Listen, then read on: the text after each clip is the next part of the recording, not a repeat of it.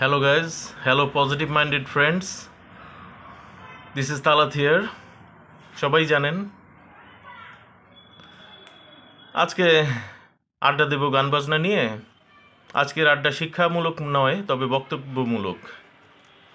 কথাবার্তা আজকে অগোছালো হবে। মন মেজাজের অবস্থা খারাপ হয়ে আছে, কারণ লম্বা বিরতিতে যাব। আবার মেজাজ খারাপ হয়ে আছে দেখেই ডিসিশন নিয়েছি লম্বা বিরতিতে যাব।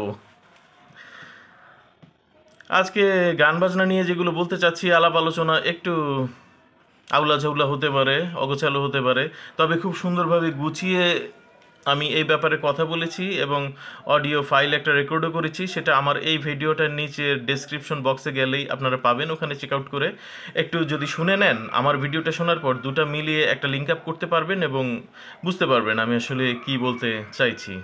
যে কোনো ধরনের ব্যাকগ্রাউন্ড নয়েজের জন্য আগেই ক্ষমা চেয়ে নিচ্ছি, কারণ আমি খুব সাধারণ মানুষ, একটি সাধারণ কামরা ভাড়া করে থাকি। কোনো রকম সাউন্ড প্রুফ অ্যাটমসফিয়ার আমি দিতে পারছি না আপনাদেরকে, আর বিদ্যুতের অবস্থা তো বুঝতেই পারছেন। সো আমি গান বাজনা নিয়ে আজকে কথা বলবো ভোকালিস্ট বা সিঙ্গারদেরকে নিয়ে, যাদের বয়স খুব কম, ক্লাস 9, 10 এইরকম, মানে নতুনভাবে যারা শুরু করবেন, শিখবেন, চিন্তাভাবনা করছেন। কারণ আমি আমার জীবনে বিভিন্ন গায়ে হলুদের অনুষ্ঠানে গিয়েছি, বিভিন্ন জন্মদিনের অনুষ্ঠানে গিয়েছি, এই বয়সী ছেলেপেলেদেরকে পারফর্ম করতে দেখেছি আমি।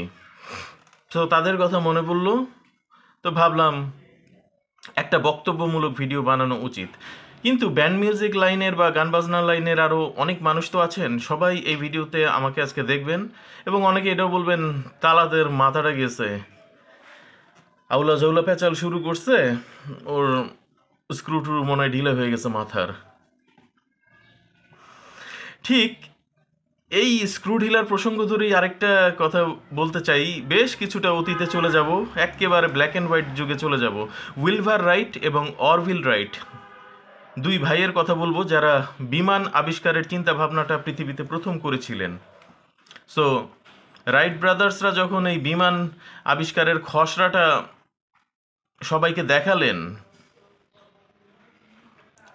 যে এভাবে আমরা চিন্তা করছি মানুষ আকাশে উড়বে, এটা করা যেতে পারে, সেটা করা যেতে পারে, তো একদম প্রথম পর্যায়ে তো ওই খসড়ার তো সমাজের অন্য সব মানুষজন যখন ওটা দেখলো, তাদের খসড়াটা বা তাদের প্ল্যান প্রোগ্রামটা শুনলো, তো সেই সব প্ল্যান প্রোগ্রামে তারা অনেক রকম সাইড এফেক্ট খুঁজে পেল। ব্রাইটার সাইডের বদলে নেগেটিভ সাইডগুলোই বেশি বেশি খুঁজে পেল এবং তারা বললো তোমাদের মাথা খারাপ হয়ে গেছে। ওই রকম একটা অ্যাটিচিউড তারা করলো যে এই লস প্রজেক্ট তো মুখ থুবড়ে পড়বে, এটা কি সম্ভব?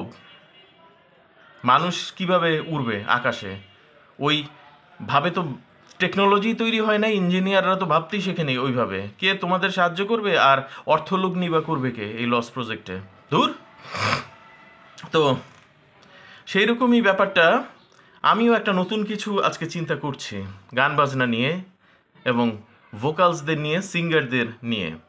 তবে বলে রাখা ভালো, এখানে আমি কোনো ক্লাসিক্যাল ট্রেন্ড, নজরুল গীতি, রবীন্দ্রসঙ্গীত বা পল্লী গীতি, এই তিনটা জনরার মিউজিকই তো অত্যন্ত ক্লাসিক্যাল ট্রেন্ডভাবে শিখে এসে তারপর করতে হয়। সো ওই টপিকটা আমার নয় আজকে। আমি নর্মাল সিঙ্গার, যে কোনো দিন গান শেখেনি প্রাতিষ্ঠানিকভাবে, এমনি গাইতে পারে। একটা উদাহরণ দেই না, ঢাকা ব্যান্ডের এবং ফিডব্যাক ব্যান্ডের এক্স ভোকালিস্ট মাকসুদ ভাই, বা ফিডব্যাক ব্যান্ডের বর্তমান ভোকালিস্ট লুমিন ভাই, এভাবে একটা উদাহরণ দেই। স্বভাব গায়ক যারা, এমনি গাইতে পারে যারা, শিখলে এখন কত দূর যেতে পারে বা যেতে পারতো সেগুলা আলোচনা সাপেক্ষ ব্যাপার, ওগুলো যাব না। তো এই গান বাজনা নিয়েও আমি যেসব কথাবার্তা একটু বলতে যাচ্ছি আজকে, একটা ছেলে, সাপোজ একটা কাল্পনিক নাম দিই, সৌমিক আহমেদ, ক্লাস 10-এ পড়ে। সৌমিক আহমেদ একদিন গিয়ে তার বাবা মাকে বললো, বাবা মা, আমার খুব শখ হয়েছে, আমি গান গাইব। আমি ইউটিউবের সাথে ইউটিউব চালিয়েছিলাম, কয়েকটা ব্যান্ডের গান সেটার সাথে গলা মিলিয়ে গিয়েছি, দেখেছি আমার তাল লয় সুর সব ঠিক আছে, আমি ভালোভাবেই সুন্দরই সাউন্ড করছি, বন্ধুরাও বলছে। সো আমি সিঙ্গার হতে চাই। তো শিক্ষিত এবং ক্যারিয়ার ওরিয়েন্টেড ফ্যামিলি যদি হয়, বাবা মা কি বলবে, প্যারেন্টস কি বলবে? প্যারেন্টস প্রথমেই বলবে বাবা দরকার নাই এগুলোতে যাওয়ার। আসলে প্যারেন্টস এ ধরনের কথা কেন বলবে? এটা কিন্তু একটা কারণ আছে। কারণ বাবা মা চিন্তা করবে, আচ্ছা ছেলে, মুখে তারা যাই বলুক, মনে মনে চিন্তা করবে আচ্ছা ছেলে গান বাজনা করতে যাচ্ছে, বিষয়টা তো এমনভাবে নিশ্চয়ই হবে না যে পড়াশোনায় বেশি বেশি সময় দিয়ে গান বাজনায় অল্প একটু সময় দিয়ে যদি সে করতে পারে তাহলে তার গোলটা অ্যাচিভ হবে। কিন্তু এই এত অল্প সময় ইনভেস্ট করে কি সে পারবে? সে সিঙ্গার হিসেবে তার যেই সম্মানগুলো প্রাপ্য স্টেজে একটা গান করে নামার পরে, সেই সম্মানটা কি এত অল্প সময় ইনভেস্ট করে সে পারবে? সে তো পারবে না। এখানে হিউজ টাইম দিতে হবে, পড়াশোনা হ্যাম্পার হবে, তার চেয়ে মানাই করে দিই, দরকার নেই। সো প্যারেন্টসদের এই ধরনের চিন্তাভাবনার একটা লজিক্যাল দিক কিন্তু রয়েছে। আমি যে বাস্তবতাটা আশেপাশে দেখি, এবং এইটা এখন ট্রেন্ড, সেই রাইট ব্রাদার্সের মতো করেই অনেকে আমার কথাবার্তা শুনলে এখন রিয়্যাক্ট করবেন, কারণ সেই সময় তো বিমান আসলে আবিষ্কার হয়নি। আমিও এমন একটা মিউজিক্যাল ফরম্যাট ডিজাইনের কথাটা বলছি যেটা এখনও আবিষ্কৃত হয়নি। একটা সিঙ্গার, তাকে পাঁচ মিশালি গান কেন গাইতে হবে স্টেজে? আচ্ছা, সৌমিক যখন বলল যে আমি গান গাবো, এমনও বন্ধু বান্ধব থাকবে সৌমিককে আসা, সৌমিক শো আছে তো তুমি কিভাবে প্রস্তুতি নিবা? সৌমিক বলল আমি যেই ধরনের গান পারি, আমি তো ওই ধরনের, আমার রেঞ্জ বুঝে, গলা বুঝে, যেই টাইপের গানগুলো আমি হ্যাবিচুয়েট, গাইতে কমফোর্টেবল লাগে, আমি ওই ধরনের গানই করব। সৌমিকের বন্ধু বান্ধব বলবে না না না না, তাহলে তো হবে না, এইটা স্টেজ শো। আচ্ছা সৌমিক, তুমি কি দুটা ইংলিশ গান গাইতে পারবা? আচ্ছা সাথে কি তিনটা হিন্দি গান গাইতে পারবা? আচ্ছা সৌমিক, একটা পল্লী গীতি কি কষ্ট মষ্ট করে গাইতে পারবা?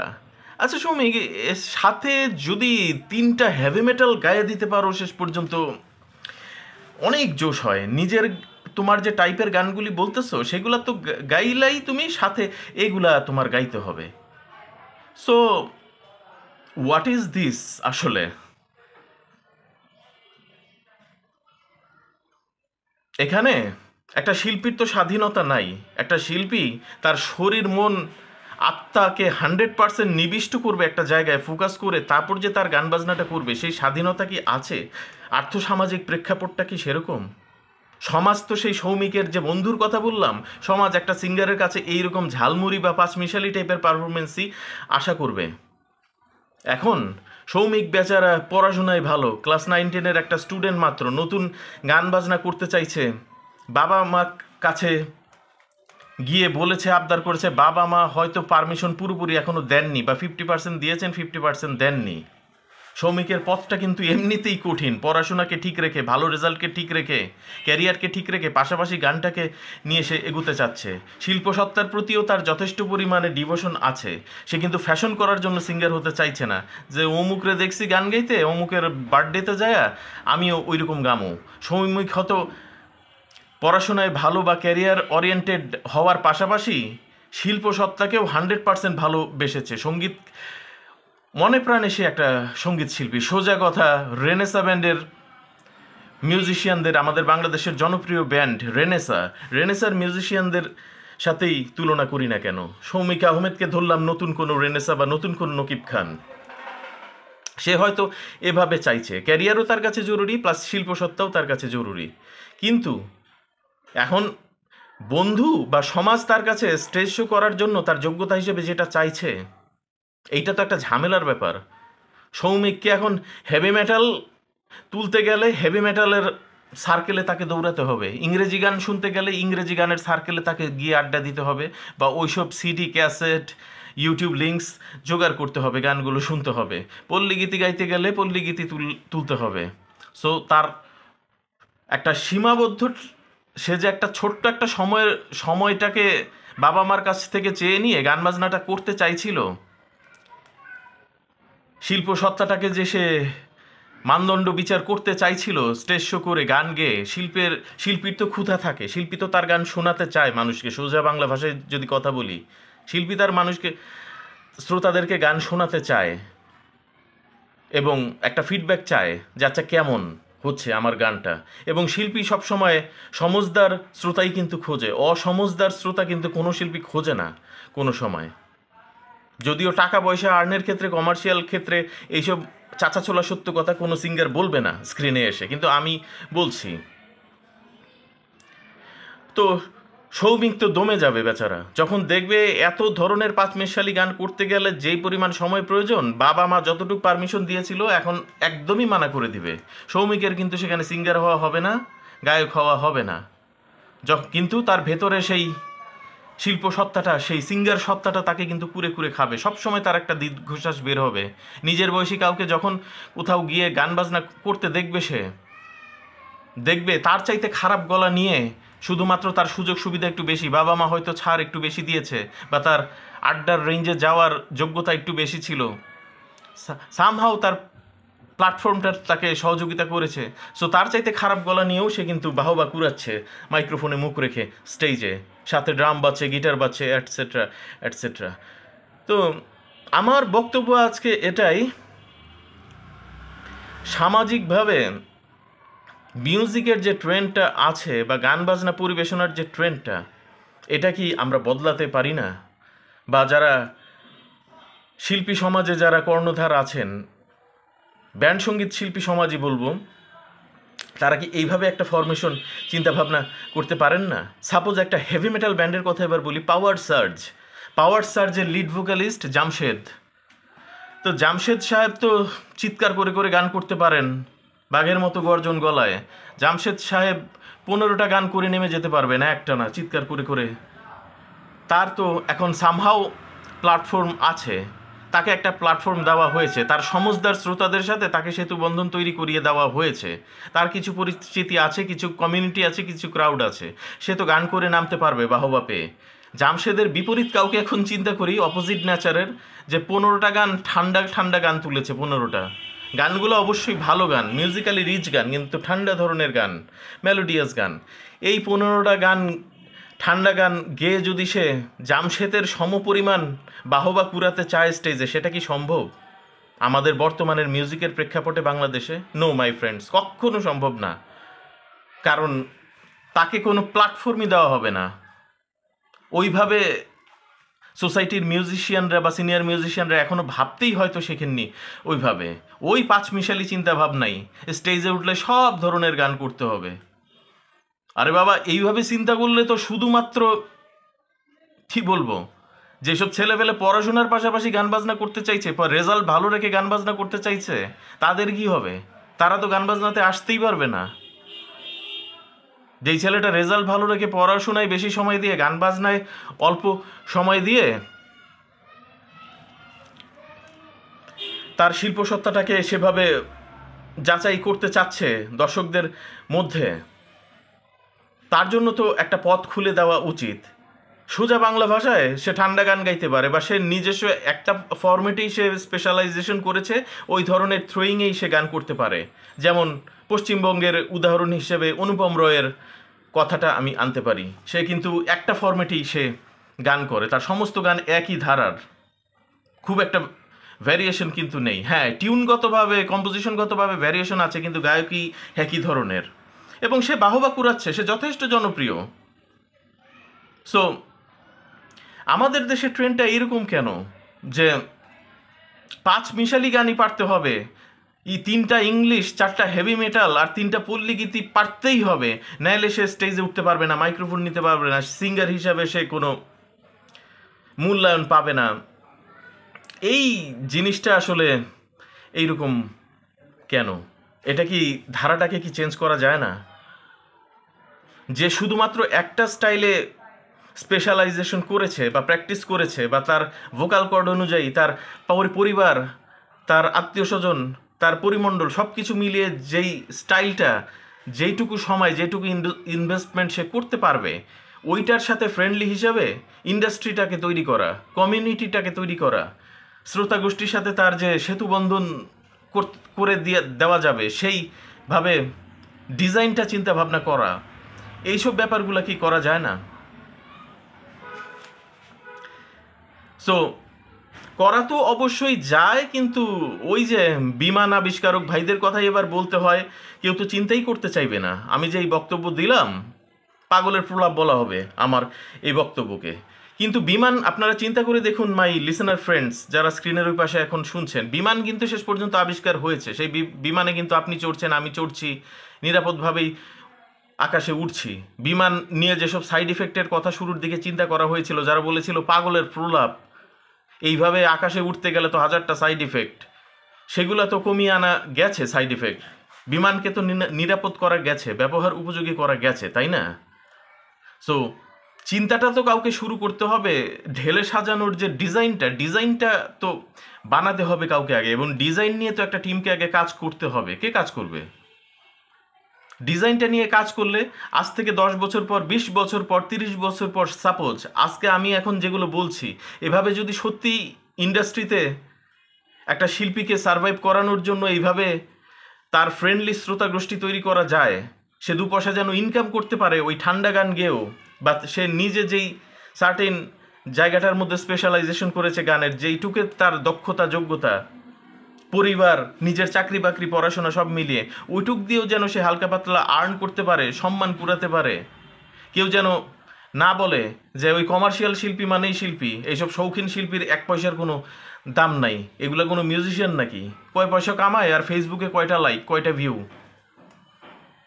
এই পট পরিবর্তন করে কি দেওয়া যায় না একটা স্পেস? যদি এভাবে করা যায় 30 বছর পর, কিন্তু তখন কিন্তু একটা সিঙ্গার বা কিছু সিঙ্গার যদি প্রতিষ্ঠিত হয়ে যায় আমার এই কনসেপ্টের মধ্যে, তখন কিন্তু কেউ আর বলবে না পাগলের প্রলাপ। তখন কিন্তু ওটাই ট্রেন্ড হয়ে যাবে, আবার ওটাই স্বাভাবিক হয়ে যাবে। যেটা 30 বছর আগে আমি তালাত রহমান এখন বলছি, বা 40, 50, 100 বছর আগে বসে আমি এই যে এখন তালাত রহমান বলছি, এখন যেটা পাগলের প্রলাপ মনে হচ্ছে, 50 বছর পর কিন্তু এটা আর নাও মনে হতে পারে।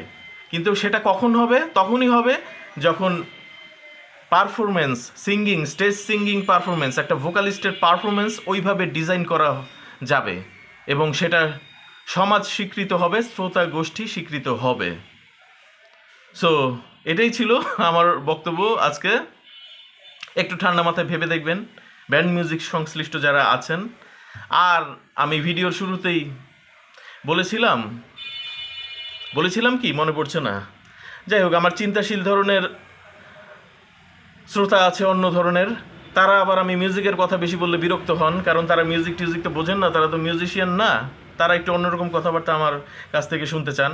তো তাদের জন্য আজকে কিছু একটা রেখে আমি বিদায় নিতে চাচ্ছি ভিডিও থেকে। তাদের জন্য আমি একটা অ্যাডভাইস দেই। আপনি মাই ফ্রেন্ড, আপনি যে কথা বলছেন, আপনার কথাটা যে শুনবে, শোনার মতো সত্যিকারের লিসেনার, যে শোনার মতো যে মানুষ, সে কিন্তু মনে রাখবেন শোনার পর সাথে সাথে কমিউনিকেট করবে আপনার সাথে, কমিউনিকেট করবে। এবং সেই কমিউনিকেটকে যদি সে মনে করে কমিউনিকেশনটাকে কনফিডেন্সিয়াল রাখতে হবে, নিজের দায়িত্বে সেটা সে তখন কনফিডেন্সিয়াল রাখবে সেই কমিউনিকেশনকে। এবং থার্ড পয়েন্ট, প্রথম পয়েন্ট সে কমিউনিকেট করবে, সেকেন্ড পয়েন্ট কনফিডেন্সিয়াল রাখবে, এবং থার্ড পয়েন্ট সে ফ্রুটফুল কিছু একটা নিয়ে আসবে আপনার জন্য, যেটা আপনার চাহিদা পুরোপুরি পূরণ করতে না পারলেও 50% পূরণ করতে পারবে। ফ্রুটফুল কিছু নিয়ে অবশ্যই সে টোকা দেবে আপনার দরজায়। আর মাই ফ্রেন্ড মনে রাখবেন, আরেক ধরনের লিসেনার পাবেন, আপনি কথা বলেই যাচ্ছেন, সে বলবে এই তুমি কোন প্ল্যাটফর্ম থেকে কথা বলছো, আমি তো শুনতে পাচ্ছি না, তোমার প্ল্যাটফর্ম তো ঠিক না। আচ্ছা তুমি কোন মাইক্রোফোন সাউন্ড বক্স ইউজ করে কথা বলছো, কথা তো ঝাপসা, আমার কান পর্যন্ত ঠিক মতো আসছে না। আচ্ছা তুমি যে কথা বলছো, তোমার আশেপাশে তো আরও মানুষ দেখতে পাচ্ছি, তারাও তো নানান ধরনের কথাবার্তা বলছে, আমি আসলে কার কথা বিশ্বাস করব? তোমার আশেপাশের মানুষগুলোর কথাবার্তা বিশ্বাস করব, নাকি তোমারটা আমি শুনবো? আমি তো তাদের কথাবার্তা ছাপিয়ে আমি তোমারটা তো শুনতে পাচ্ছি না। অজুহাত আর অজুহাতের কিন্তু শেষ থাকবে না মাই ফ্রেন্ড, মনে রাখবেন। আর যেই লিসেনার কোনো অজুহাত দেবে না, সেই লিসেনার ওই জন্যই অজুহাত দিবে না কারণ তার যোগ্যতা আছে আপনাকে ফ্রুটফুল কিছু একটা দেওয়ার, এবং আছে দেখেই সে ইনস্ট্যান্ট কমিউনিকেট করবে। আর যখন দেখবেন আপনি ডিজার্ভ করেন ইনস্ট্যান্ট কমিউনিকেশন, বাট ওই নানান রকম যুক্তি তর্ক বোঝানো হচ্ছে, আপনাকে বলা হচ্ছে তোমার শব্দ আমার কাছ পর্যন্ত পৌঁছাচ্ছে না, তখন মনে রাখবেন তার কোনো কিছু দেওয়ারই আপনাকে যোগ্যতা নাই আসলে। এই কারণে সে আপনার কথা শুনেও সামহাও না শোনার ভান করছে, কিন্তু আবার তাকিয়ে রয়েছে চোখ বড় বড় করে আপনার দিকে, কিন্তু কথাগুলো কিন্তু সে শুনে না শোনার ভান করছে এবং আপনার ভুল ধরছে, বলছে যে হচ্ছে না, তোমার শব্দ প্রক্ষেপণ বাক্য প্রক্ষেপণ ঠিক মতো হচ্ছে না, আমার কান পর্যন্ত আসছে না। সবই যাচ্ছে কান পর্যন্ত, কিন্তু কিচ্ছু দিতে পারবে না আপনাকে। সো এটা আমার চিন্তাশীল বন্ধুদের জন্য আমার একটা অ্যাডভাইস ছিল, এটা মাথায় রাখবেন। আর ভিডিও দেখা শেষে শোনা শেষে ওই যে কপি পেস্ট করে দেবো ডেসক্রিপশন বক্সে যে লিঙ্কটা, ওটা একটু শুনবেন, তাহলেই ওটার সাথে লিঙ্ক আপ করে আমার বক্তব্য আজকে বুঝতে পারবেন। সো ক্ষমা করবেন, অনেক এলোমেলো হলো আজকে, বাচনভঙ্গি ঠিক সুন্দর হলো না সিনেমার নায়কদের মতো। So, আর তাহলে বিশেষ কি, এখন আলবিদা বলার সময় হয়ে গেছে আলবিদা বলার।